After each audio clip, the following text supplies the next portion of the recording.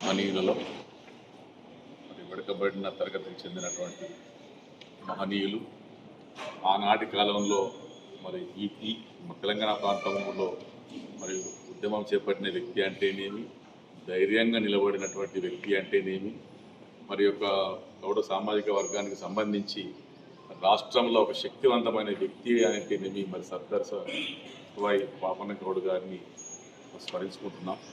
మరి జిల్లా యంత్రాంగం ద్వారా చేపట్టినటువంటి ఈ కార్యక్రమంలో వారి సేవల్ని, వారి యొక్క ధైర్యాన్ని మనం స్ఫూర్తిగా తీసుకుంటూ మరి వారి వలె సమాజానికి పాటుపడాలని, అలాగే ఆయా సామాజిక వర్గాలకు సంబంధించి కూడా చైతన్యవంతంగా ఉండాలని కోరుకుంటూ వారికి నివాళులర్పిస్తున్నాం.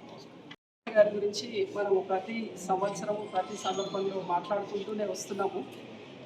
మరి ఆ రోజులలోనే రజాకార్లని నిజాం పాలన ఉన్న కాలంలోనే మరి వారు ఏ రకంగా దోపిడీకి వ్యతిరేకంగా తిరగబడడం జరిగింది. ఒక సాధారణమైన వ్యక్తి మరి మన కళ్ళ ముందు తప్పు జరుగుతున్నప్పుడు ఏ రకంగా దాన్ని తప్పు ఎత్తి చూపడమే కాదు, దాన్ని సవరించడానికి కూడా ప్రయత్నం చేసినట్టుగా మనకి దాని చరిత్ర నుంచి అర్థమవుతుంది. అంటే మనం ఏమనుకుంటామంటే నేనేం చేస్తాను కామన్ మ్యాన్ని కదా అని అనుకుంటాం. కానీ ఆయన చెప్పింది ఏంటంటే కామన్ మ్యాన్ కూడా ఎంతటి ఉన్నత స్థాయికైనా వెళ్ళొచ్చు. ఓన్లీ కావాల్సింది సంకల్పం ఉండాలి, చిత్తశుద్ధి ఉండాలి. తర్వాత అందరు కూడా ఎవరైతే ఇబ్బందులు పడుతున్నారో వాళ్ళందరి కోసం నిలబడేవాడై ఉండాలి. సో అది ఆయన జీవితం నుంచి మనం నేర్చుకోవాల్సింది. కానీ మనము చేస్తున్నది ఏంటి అంటే దానికి వ్యతిరేకంగా చేస్తున్నాం. ఆయన అందరినీ కలుపుకొని పోరాడాడు, మనం అందరం విడగొట్టుకుంటూ పోరాడుతున్నామేమో అని అనిపిస్తుంది అప్పుడు. సో అది వద్దు అని చెప్పి ప్రతిసారి ఆయన గుర్తు చేస్తున్నారు. సో దాన్ని స్ఫూర్తిగా తీసుకొని మనం ముందుకెళ్ళి మన దేశాన్ని మరింత పటిష్టం చేసుకుంటూ సామాజికంగా, ఆర్థికంగా అన్ని విధాలా కూడా మనము వారి బాటలో నడవాలని కోరుకుంటూ వారికి మరొకసారి మనస్ఫూర్తిగా నా యొక్క శ్రద్ధాంజలి ఘటిస్తూ మనందరికీ స్ఫూర్తి ప్రదాతని మరొకసారి కొనియాడుతూ ఈ యొక్క సందర్భాన్ని మనకు ఇచ్చినటువంటి రాష్ట్ర ప్రభుత్వం మరియు జిల్లా పాలనా యంత్రాంగం తరఫున అభినందనలు తెలియజేస్తూ thank you so much. MLA గారిని మాట్లాడాల్సింది. జిల్లా కేంద్రంలో ఐడిఓసిలో సర్వాయి పాపన్న వర్ధంతి సందర్భంగా ఏర్పాటు చేసిన కార్యక్రమంలో పాల్గొంటున్న గౌరవ జాయింట్ కలెక్టర్ లతా మేడం గారికి, బీసీ వెల్ఫేర్ ఇతర జిల్లా అధికారులకు, బీసీ సంఘాల నాయకులు, నా మిత్రుడు స్వచ్ఛంద సంస్థల పాల్గొన్న లక్ష్మీనారాయణ గారు, దేవన్న, నన్ను రాజిరెడ్డి గారు, ఇతర నాయకులకు, పాత్రికేయ మిత్రుడు నమస్కారం. సర్వాయి పాపన్న తెలంగాణలోని వీరులలో వారు ఒకరుగా గుర్తింపు పడ్డారు.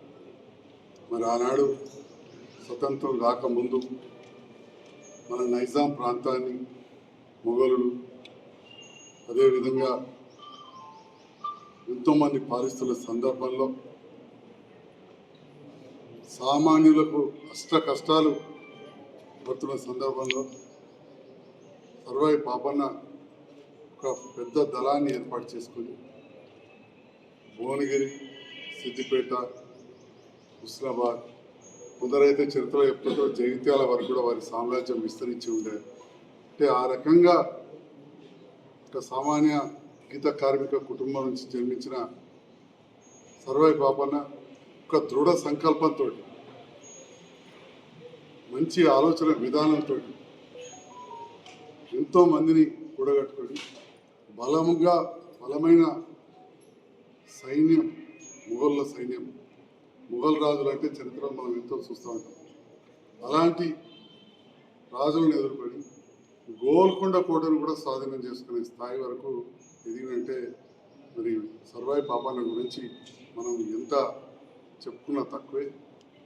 అలాంటి సర్వాయి పాపన్న ఆనాడు ఆ మొఘళ్ళు కావచ్చు, గోల్కొండ సామ్రాజ్యంలోని ఆనాటి రాజుల కింద ఉన్న జమీందారులు, పెత్తందారులు, సామాన్య ప్రజలను అణచివేస్తున్న సందర్భంలో వారు పోరాడిన చరిత్ర మనం ఈరోజు గుర్తు చేసుకుంటూ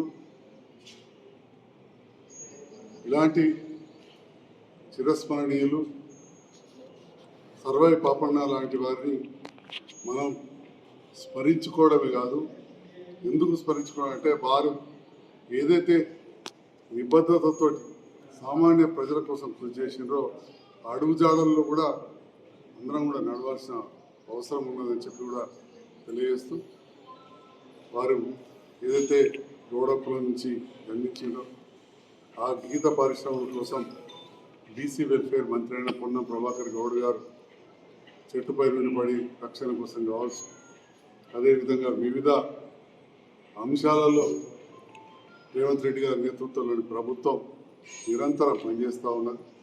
ఈరోజు ఇక్కడ సర్వాయి పాపన్న గారి చిత్రపటానికి నివాళులు అర్పించిన సందర్భంలో వచ్చిన అందరూ కూడా ధన్యవాదాలు.